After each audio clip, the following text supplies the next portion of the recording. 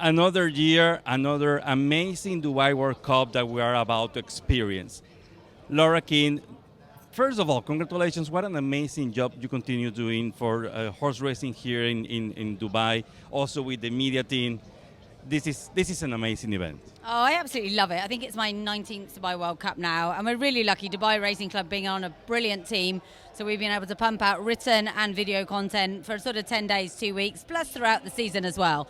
So because they're very proactive in knowing that we need to get information out, get lovely stories out, that makes it all happen. So hopefully today, plenty more lovely stories. And now that we talk about stories, you have been here every single day, 4 a.m. in the morning, and sometimes 3 a.m. in the morning to see the horses. What have caught your eye in regards to the different horses that you have seen so far? What could be really interesting, I find, Carlos, is the way that some horses progress throughout the week. So Raging Torrent, favourite for the Godolphin Mile, and in my opinion, the best horse in the race by quite some way. When he arrived, he was very sweaty. He looked edgy. I thought, I'm not so sure. Yesterday, he goes around like such a professional. He glides around the track. He started to look great because, of course, there is an acclimatization that happens for these horses. He's one who's really impressed.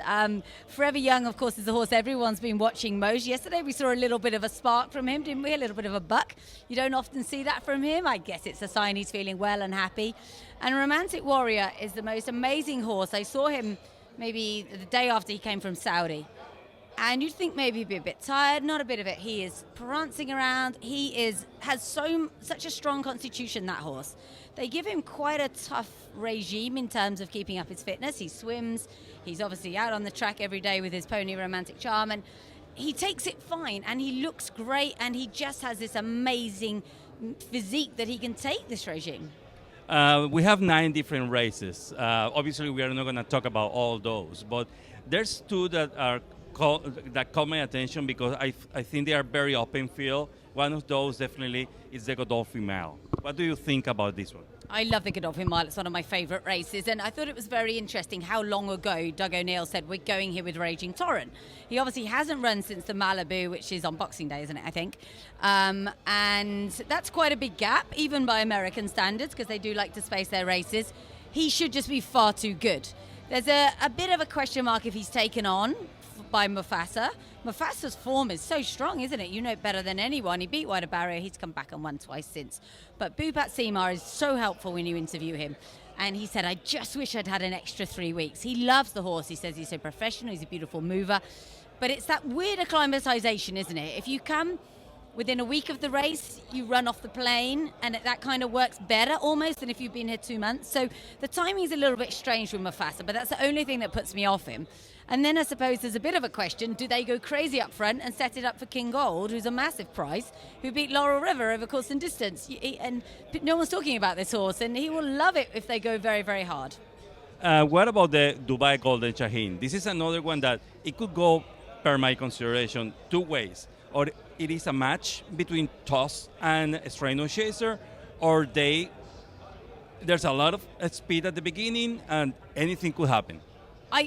This race is wrecking my head. I took on Tuz last time in the Mahabau Shamal. I was like, this American stage is getting weight. He's a really good horse. Mr. Yahagi said he's one of his best. He wouldn't have brought him here for the fun of it. There was a brief moment at American stage looked like he might threaten, and then Tuz just blew him away. This is tougher. This is a Breeders' Cup winner. You know, like Straight No Chase has faced much better company than Tuz. So in the end, that's what tipped it in his favour for me. I was like, he's beaten better horses. His trainer's confident. He said it's one of the best breezes he's done. But like you say, again, they could go very fast. You would think the jockeys won't fall for that. You know, jockeys aren't stupid. They're trying to win the race.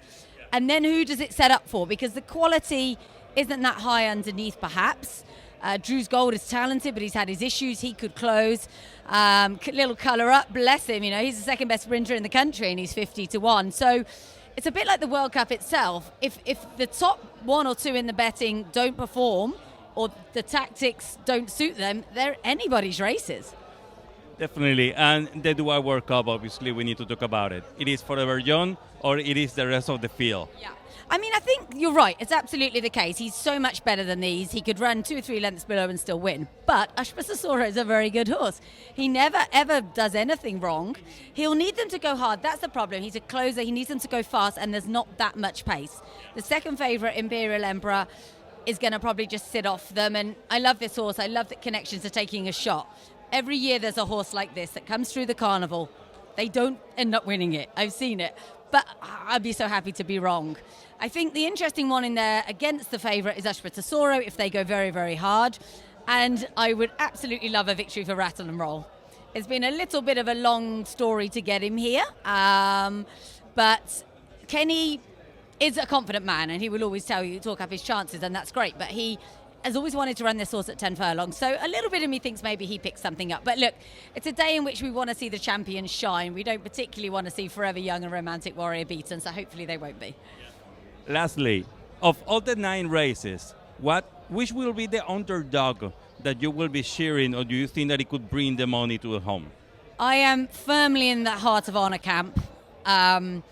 For the UAE Derby. He's not really an underdog, but I went to see him in October. He's stabled near where I live in the UK, and Jamie Osborne said this one's special. And then for him to come here and win twice, and his owners are so sporting, they're so fun, they're everything racing should be. He's the one on the card I want to win the most, just because I have that little bit of a personal connection. But I'll be very nervous for them. Luckily, I'm the one nervous. They're all fine. They're all cool as cucumbers. So I'm really looking forward to him. He's the one I'm sort of rooting for the most. Thank you very much, Laura. We wish you a wonderful day of racing, full of healthy results, but also success for everyone. And thank you for all the work that you do to make this par and shine the way how it does. Well, thank you, because you support us all year, and we do appreciate it.